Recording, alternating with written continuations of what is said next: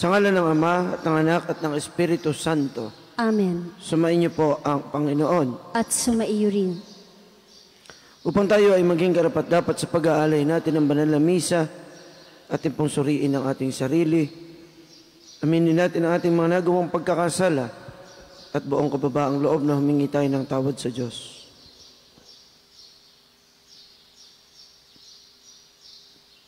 Sinugong tagapagpagaling sa mga nagsisisi, Panginoon, kaawaan mo kami. Panginoon, kaawaan mo kami. Dumating na tagapag-anyayang mga makasalanan ay magsisi, Kristo, kaawaan mo kami. Kristo, kaawaan mo kami. Nakalukluka sa kanan ng Diyos Ama para ipamagitan kami. Panginoon, kaawaan mo kami. Panginoon, kaawaan mo kami. Kaawaan nawa tayo ng makapangyarihang Diyos, patawarin nawa tayo sa ating mga kasalanan, at patnubayan tayo sa buhay na walang hanggan. Amen. Manalangin tayo.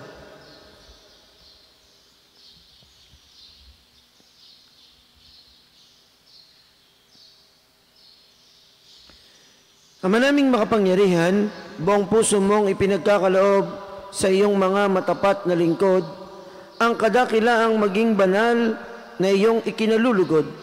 Ipagkaloob mong mapag-alab kami ng ningas ng iyong Espiritu Santo na siyang pumuspos sa kalooban ni San Felipe Neri sa magitan ni Jesucristo kasama ng Espiritu Santo magpasawalang hanggan. Amen.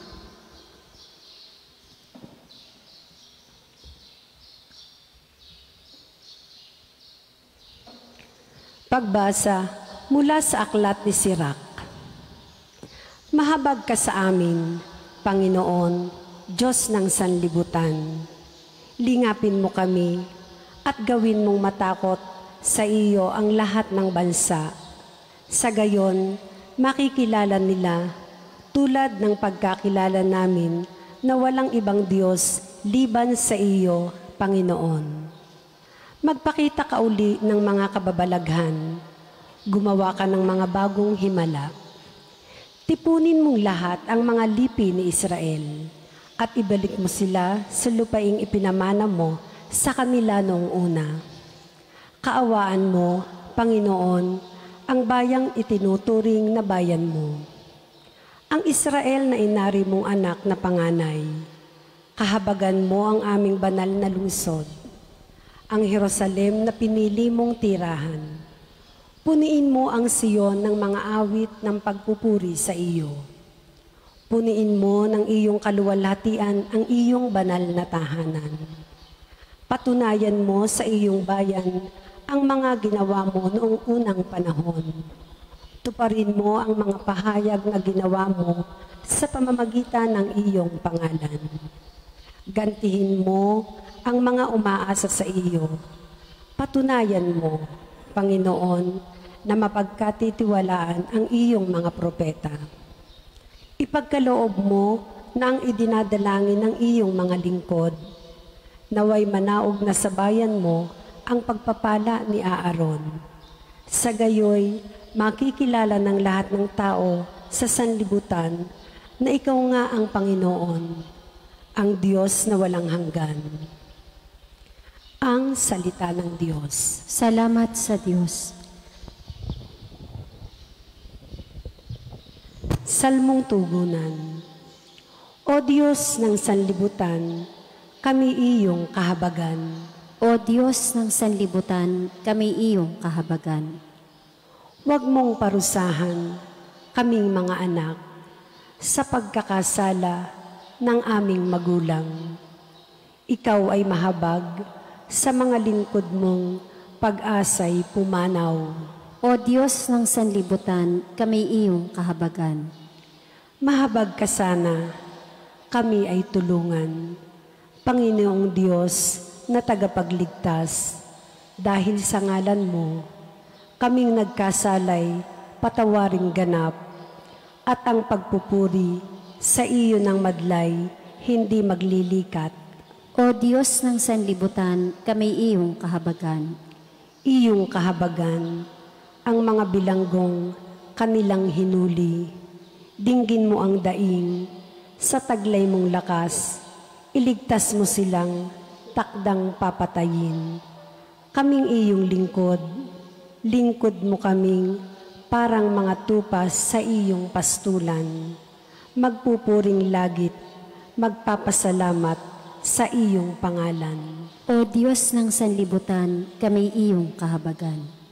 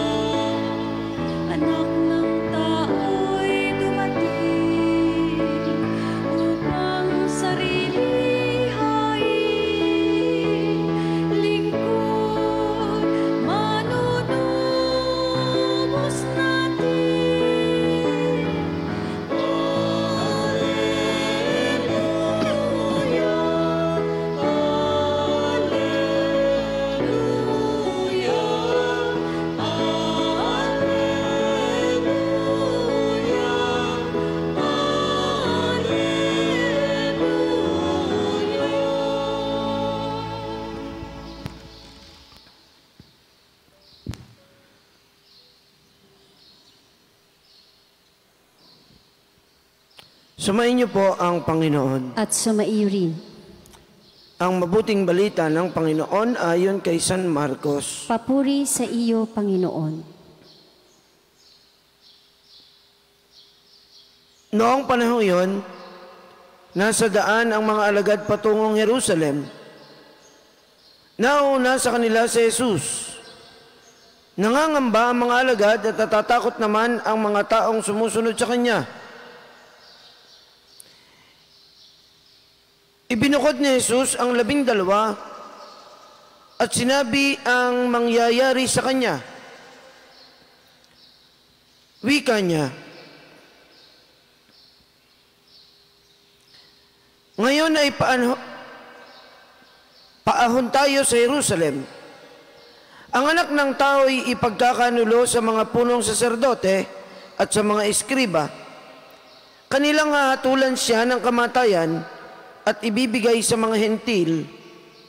Siya'y tutuyain nila, luluran, hahagupitin at papatayin. Ngunit muli siyang mabubuhay pagkaraan ng 3 araw. Lumapit kay Jesus sina Santiago at Juan na mga anak ni Zebedeo at ang sabi, Guro, may hihilingin po sana kami sa inyo. Ano yon? Tanong ni Jesus. Sumagot sila, sana ay makaupo kami katabi ninyo sa inyong kaharian, isa sa kanan at isa sa kaliwa. Hindi ninyo nalalaman ang inyong hinihingi, sabi ni Jesus sa kanila. Mababata ba ninyo ang hirap na babatahin ko? Pabibinyag ba kayo sa binyag na daranasin ko? Opo, tugon nila. Sinabi ni Jesus, ang hirap na babatahin ko ay babatahin nga ninyo, at kayo ay bibinyagan sa binyag na daranasin ko. Ngunit, wala sa akin ang pagpapasya kung sino ang mauupo sa aking kanan at sa aking kaliwa. Ang mga luklukang sinasabi ninyo ay para sa mga pinaghandaan. Nang marinig ito ng 10 alagad, nagalit sila sa magkapatid. Kaya't pinalapit sila ni Jesus at sinabi, alam ninyo na ang itinuturing na pinuno ng mga hintil ay siyang pinapanginoon at ang mga dinadakila ay siyang nasusunod. Ngunit, hindi ganyan ang dapat umiral sa inyo. Sa halip, ang sino man sa inyo ang ibig maging dakila ay dapat maging lingkod. At sino mang ibig maging pinuno ay dapat maging alipin ng lahat. Sapagkat ang anak ng tao ay naparito, hindi upang paglingkuran, kundi upang maglingkod at ibigay ang kanyang buhay sa ikatutubos ng marami.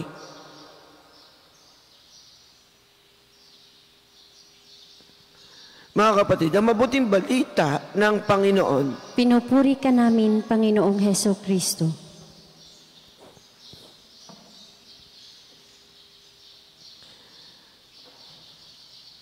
Pagkatapos na si Jesus ay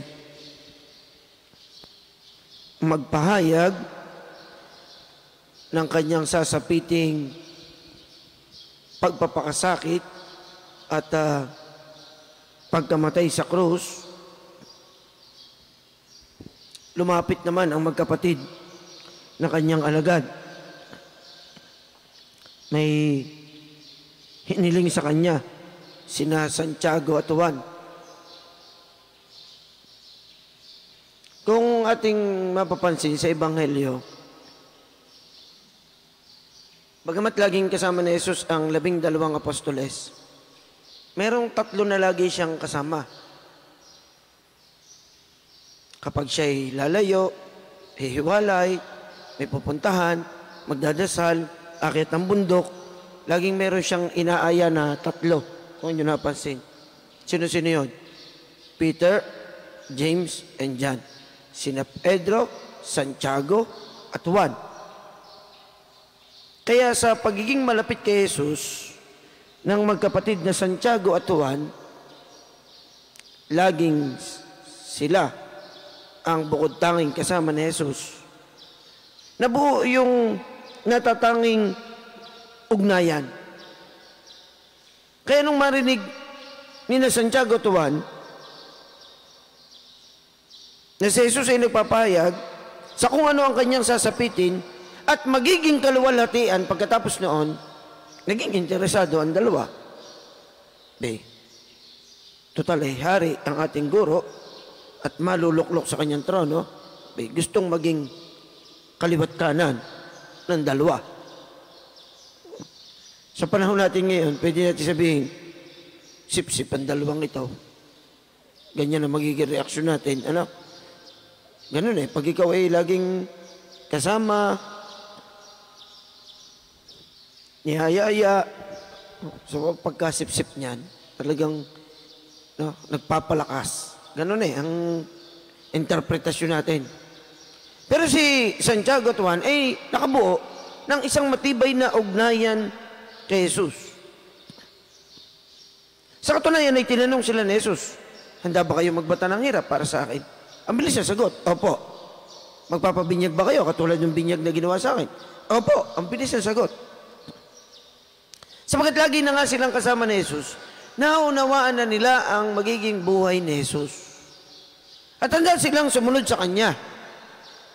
At kahapon ay ating pinagnilayan na ang pagsunod ay hindi yung buntot ka lang ng buntot kay Jesus, kundi pagtulad sa uri at antas ng pamumuhay na mayroon sa Jesus, sa pamamaraan ng kanyang buhay.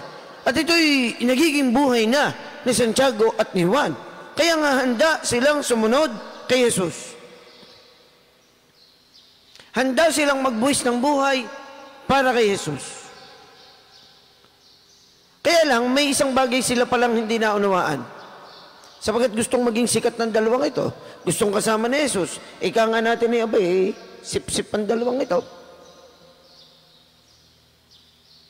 At ano yun? Ang marahil ay hindi nila nahagip ng lubusan sa kanilang pagsunod kay Jesus. Na ang paglilingkod, una ay hindi pasikatan. Hindi ka kaya maglilingkod dito sa simbahan para ikaw ay sumikat. Hindi naman kaya ako nagpare para ako ay sumikat, ano? Kung gusto ko sumikat, di sana nag-artista ako. Hindi nga. Artistahin naman talaga. Ang tawag ng mga kapatid ko sa akin, si Weng Weng Ewan ko kung inabot nyo si Weng Weng, ano? Mga kapatid ko, tawag sa akin, Weng Weng.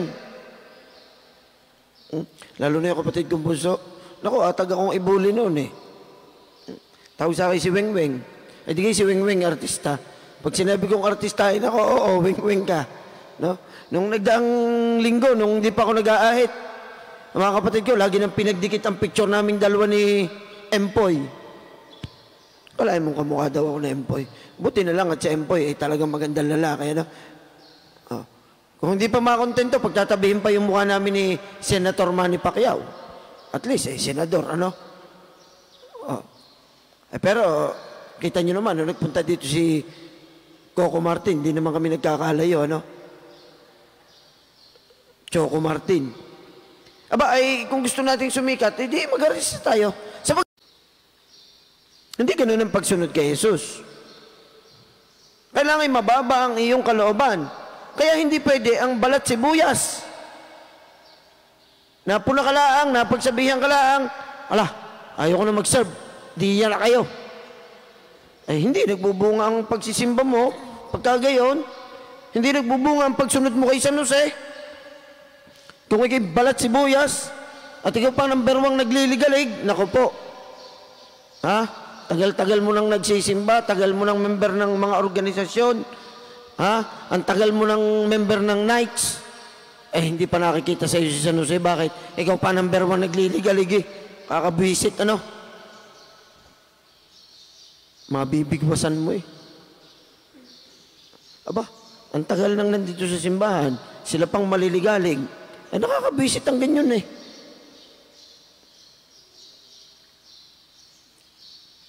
Kung sino pang nandito sa altar minsan, siya pang maligalig. Di number 1 na yung pare, ano? Siyang pare, siyang maligalig. Siyang pare, siyang masungit. Siyang madamot. Ay, hindi maganda yung ganon. Sa mga paglilingkod kay Kristo, number 1 ay ang kababaang loob. Maano ka naman kung ikaw ay punahin? Ay baka may nakikita hindi maganda sa'yo, di tingnan mo't iyong itama. Ganon. Ang pagsunod kay Kristo. Ay napagsabihan ka lang, ma'am, kayo ho'y pamali-maling magbasa. Ay hindi na ako magbabasa kahit kailan. Hindi magaling. Nawala ng pamali-mali. Lakas sa loob mag-lead ng prayer. Pamali-mali naman. Tapos pag napagsabihan, galit. Aba, bagito pumunta pa din ayaw naman palang mapagsabihan. Ayaw pang maitama. Hindi ganun Bakit? Sapagkat ang paglilingkod kay Kristo, ang pundasyon ay kababaang loob. Katulad ng sinasabi niyang, mababata mo ba ang hirap na aking pinagdaanan o pagdadaanan? Kaya mo? Kung kaya mo, kailangan handa ka sa mga batikos, sa mga puna. May mga ganyan sa atin Pag napagsabihan, pagpuna, wala na. Napuna, tampururot na, ayaw na. Bahala kayo dyan. Magaling naman. Hindi dapat ganun ang ugali natin dapat pagka tayo ay na kay Kristo at handa tayong sumunod at magbata ng hirap na katulad niya. Ano ba yung parusa ng panahon ni Kristo? Para sa mga Hudyo, ang pinakakahindik-hindik na parusa ay yung babatuhin ka hanggang sa ikaw ay mamatay. Pagbabato, babatuhin ka. Kakalad ka rin ka sa plaza. Pag ikaw may kasalanan, babatuhin ka doon hanggang sa mamatay. Yun ang para sa mga Hudyo. Para naman sa mga Romano, ang kahindik-hindik na parusa ay yung ikaw ay ipako sa krus. Kaya hindi matanggap ng mga alagad, pagdadaanan niya ng Panginoon. Ayo, sapagkat bakit? Sapagkat siya'y hinirang, pinahida ng langis, anointed. At ano yung anointed? Sa Hebreo, sa mga Hudyo, sa Hebrew, Messiah. The anointed one, the Messiah. Sa Greek, Christos, Christ. Kaya yun ang tawag kay Kristo kay Jesus. The Messiah, the Christ. Hinirang, inanoint, pinahida ng langis. At ganun tayo, anointed sa binyag. Nagpabinyag tayo. Katulad ng binyag ni Kristo. Binuhusan tayo ng tubig at pinahidan tayo ng langis. Kung magkagayon, anointed tayo. Tayo ay katulad ni Kristo. Kaya handa dapat tayong sundan siya at tularan. Danasin ang mga paghihirap na kanyang dinanas. At ang bunga noon ay yung kalwalhatian sa langit na kanyang ipinapangako. Na sa katapusan, yun ang biyaya na ibibigay sa atin ng ating Diyos Ama. Katulad ng ginawang biyaya kay Kristo. Na siya ngayon, bilang masunuring anak, nasa kalwalhatian ng Diyos. Ganun ang mangyayari sa atin. Kung tayo'y magiging tapat na tagasunod ni Kristo, at maliwanag sa atin ang bungang dulot ng sakramento ng binyag, mabanaagan si Kristo sa ating buhay, isasabuhay natin ang ating pananampalataya sa pamamagitan ng gawa, hindi yung purong ngawa. Minsan magaling lang tayo sa ngawa, no? Puro salita, hindi naman ginagawa.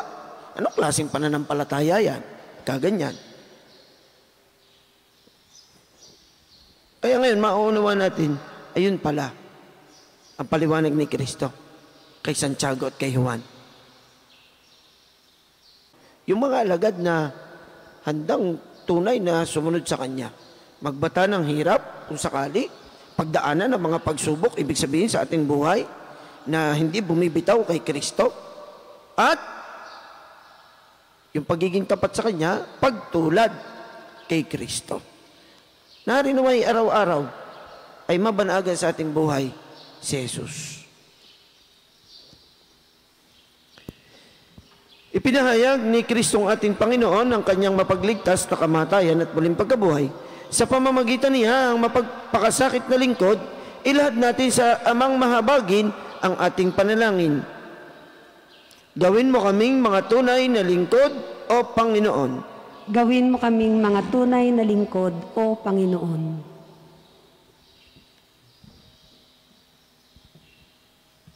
Ang mga pinuno ng simbahan, naway maging tunay na mga lingkod na kumikilos na mayroong malasakit na tulad ng ipinakita ni Kristo sa kanyang mga tagasunod.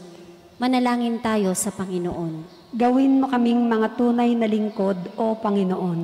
Ang mga pinuno ng gobyerno, naway gamitin nila ang kanilang katungkulan para sa kabutihan ng kanilang pinamamahalaan at iwasan ang away at kawalang tiwala. Manalangin tayo sa Panginoon. Gawin mo kaming mga tunay na lingkod, O Panginoon.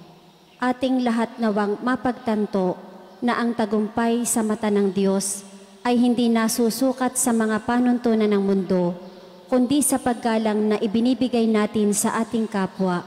Manalangin tayo sa Panginoon. Gawin mo kaming mga tunay na lingkod, O Panginoon.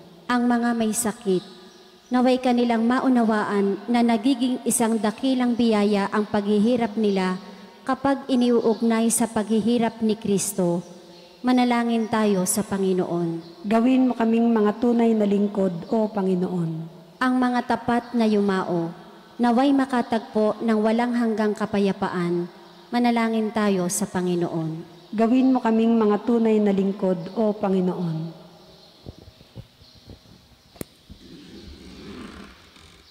Makalangit na Ama, tulungan mo kaming maglingkod sa bawat isa, katulad ng iyong anak na ibinigay ang kanyang buhay para sa amin. Hinihiling namin ito sa magitan ni Jesucristo na aming Panginoon. Amen.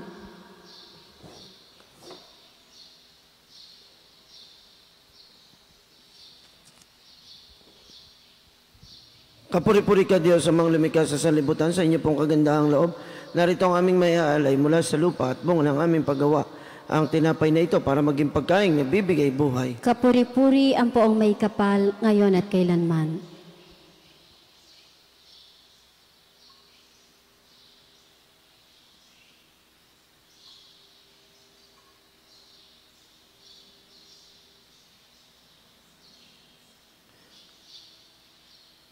Kapuri-puri ka Diyos sa mga lumikha sa sanlibutan, sa inyo pong kagandahang loob. Narito ang aming maiaalay mula sa katas ng ubas at bunga ng aming paggawa. Ang alak na ito para maging inuming nagbibigay ng iyong espiritu. Kapuri-puri ang poong may kapal, ngayon at kailanman.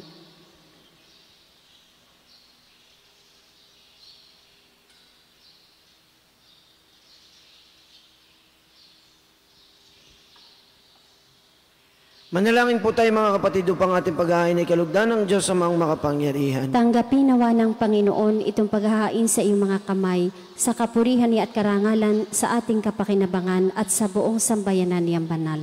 Ama naming lumikha, sa aming paghahain ng pagpupuri at pagpapasalamat, ay lagi nawa naming magampanan ng buong galak na sambahin ang ngalan mo at paglingkuran ng kapwa-tao, gaya ng ginanap ni San Felipe Neri sa magitan ni Jesucristo kasama ng Espiritu Santo, magpasawalang hanggan. Amen. Sumainyo po ang Panginoon. At sumaiyo rin. Itaas po natin sa Diyos ang ating mga puso at diwa. Itinaas na namin sa Panginoon. Pasalamatan po natin ang Panginoong ating Diyos. Marapat na siya ay pasalamatan. Ama naming makapangyarihan, tunay nga pong marapat na ikaw ay aming pasalamatan.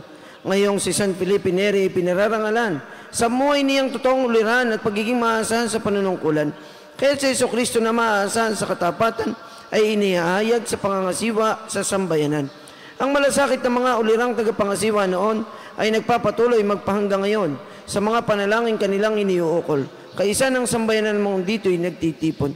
Kaya kaisa ng mga anghel na nagsisiawit ng papuri sa iyo nang walang humpay sa kalangitan, kami po'y nagbubunyi sa inyong kadakilaan. Santo, Santo, Santong Panginoon Diyos ng mga hukbo, napupuno ang langit at lupa ng kadakilaan mo. O sana sa kaitaasan, pinagpala ang naparirito sa ngalan ng Panginoon. O sana sa kaitaasan. Ama naming banal, ikaw ang bukal ng tanang kabanalan. Kaya't sa pamamagitan ng iyong Espiritu, gawin mong banal ang mga kaloob na ito upang para sa amin ay maging katawan at dugo ng aming Panginoong Jesucristo. Bago niya pinagtiis ang kusang loob na maging handog, hinawakan niya ang tinapay, pinasalamatan kanya, pinagati-hati niya yon, iniabot sa kanyang mga alagad at sinabi, tanggapin ninyong lahat ito at kanin, ito ang aking katawan na ihandog para sa inyo.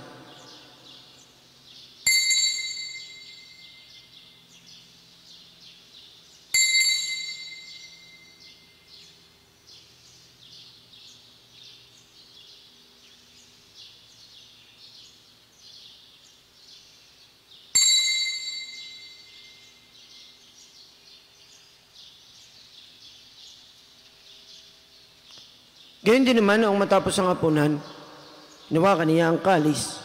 Muli kanyang pinasalamatan, niabot niya ang kalis sa kanyang mga alagad at sinabi, tanggapin ninyong lahat ito at inumin. Ito ang kalis ang aking dugo ng bago at walang hanggang tipan. Ang aking dugo na ibubuhos para sa inyo at para sa lahat. Sa ikapagpapatawad ng mga kasalanan, gawin ninyo ito sa pag-alaala sa akin.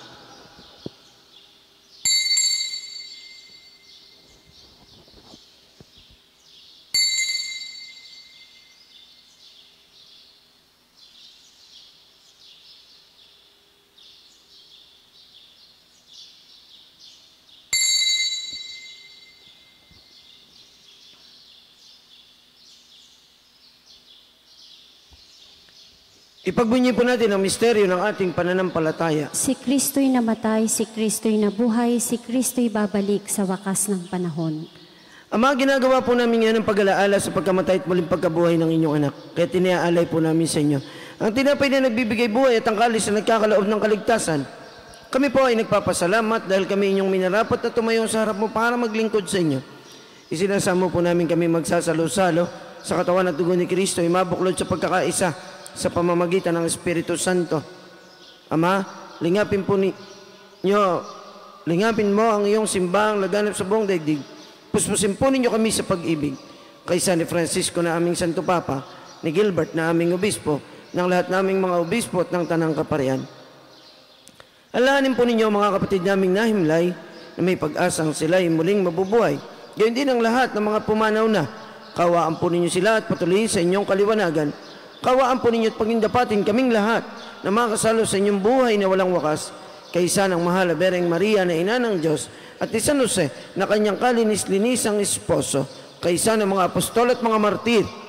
Kaysa ni na San Jose Marelo, San Lorenzo Ruiz, San Pedro Calungsod, Saint Philip Neri at ng lahat ng mga banal na namuhay dito sa daigdig ng kalugod-lugod sa inyo. May pagdiwang nawa namin ang pagpupuri sa ikararangal mo sa magitan ng iyong anak na aming Panginoong Jesucristo. sa pamamagitan ni Kristo, kasama niya at sa Kanya. Ang lahat ng parangal at papuri ay sa inyo, Diyos, sa mga makapangyarihan, kasama ng Espiritu Santo, magpasawalang hanggan.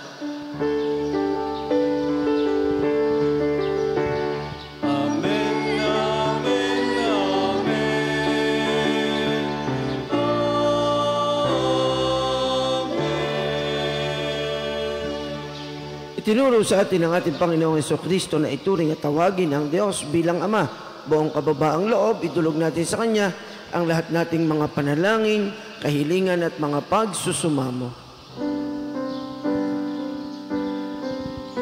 Ama namin, sumasalangit ka, sambahin ang ngalan mo, mapasa amin ang kaharian mo, sundin ang loob mo, dito sa lupa para lang sa langit. Bigyan mo kami ngayon ng aming kakanin sa araw-araw. At patawarin mo kami sa aming mga sala, para lang pagpapatawad namin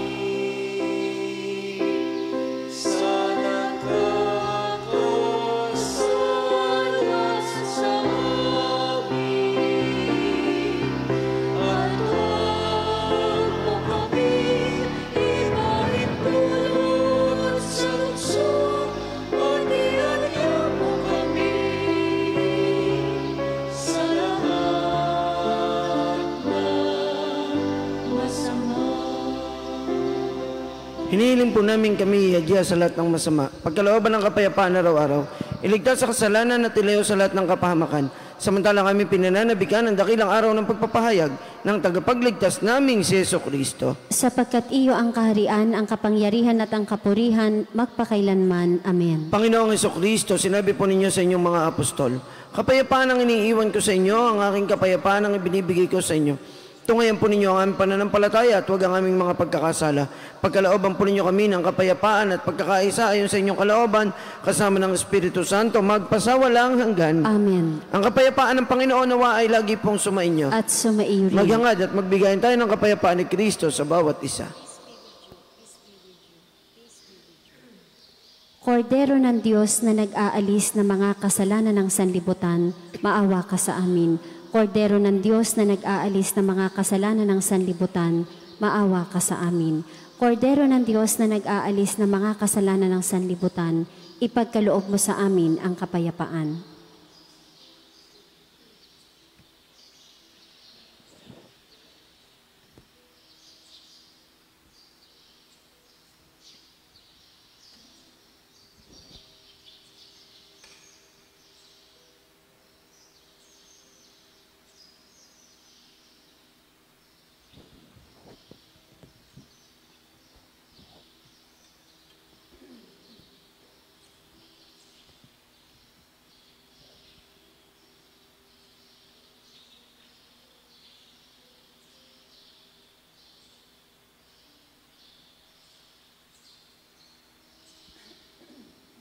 Ito po ang kordero ng Diyos, ang ating Panginoong Jesucristo, na siyang mag-aalis at magpapatawad ng ating mga kasalanan. Mapapalad po tayong lahat na inaaniyang siya ating tanggapin dito sa hapag ng kanyang pag-ibig. Panginoon, hindi ako karapat-dapat na magpatuloy sa iyo, ngunit sa isang salita mo lamang ay gagaling na ako. Ang katawan ni Kristo. Amen. Panginoong Jesus, ako ay nananalig na ikaw ay nasa kabanal-banalang sakramento sa altar. Iniibig kita ng higit sa lahat at minimithi kong tanggapin ka sa paraang espiritual dahil hindi ko kayang tanggapin sa panahon ngayon ang iyong katawan at dugo sa banal na sakramento. Kahit man lang sana ay matanggap kita sa paraang espiritual sa aking puso. Niyayakap kita na para bang andito ka na talaga sa aking puso at iniaalay ko ng buong puso ang aking sarili sa iyo. Huwag mong pahintulutang mawalay ako sa iyo. Amen.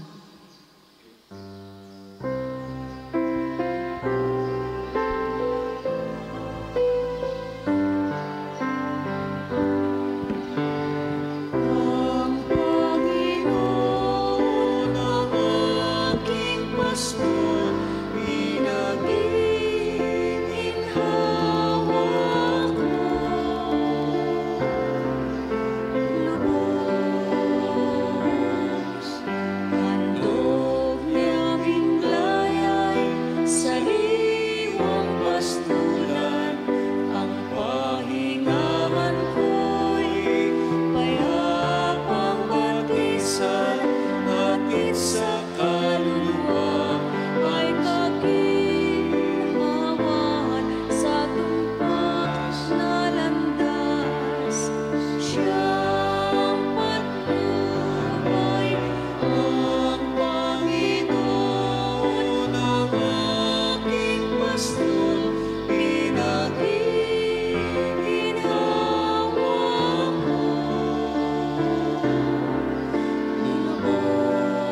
Lubos, madilim na dampakpan ang katahakin ko. Wala akong sinda, siya'y kasama ko.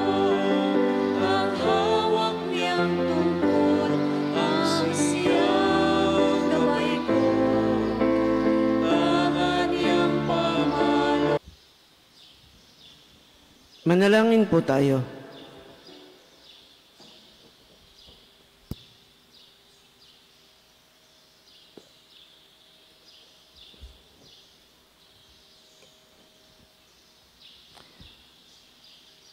Ama naming mapagmahal, kaming iyong pinapagsalo sa banal na pakikinabang ay lagi nawang manabik na tumanggap sa pagkaing nagbibigay buhay, katulad na naging pananabik ni San Felipe Neri sa magitan ni Jesucristo kasama ng Espiritu Santo magpasawalang hanggan. Amen. Sumayin niyo po ang Panginoon At sumaiyo rin. at nawa ay pagpalain po kayong lahat ng makapangyarihan at lubang mapagmahal nating Diyos ng Ama at ng Anak at ng Espiritu Santo. Amen. Ang banal na misa ay naialay na. Humayo kayong taglay ang pag-ibig at kapayapaan ng ating Panginoong Jesucristo. Salamat sa Diyos.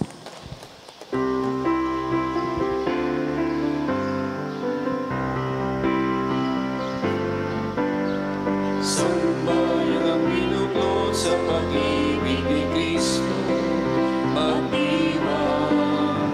Sambayan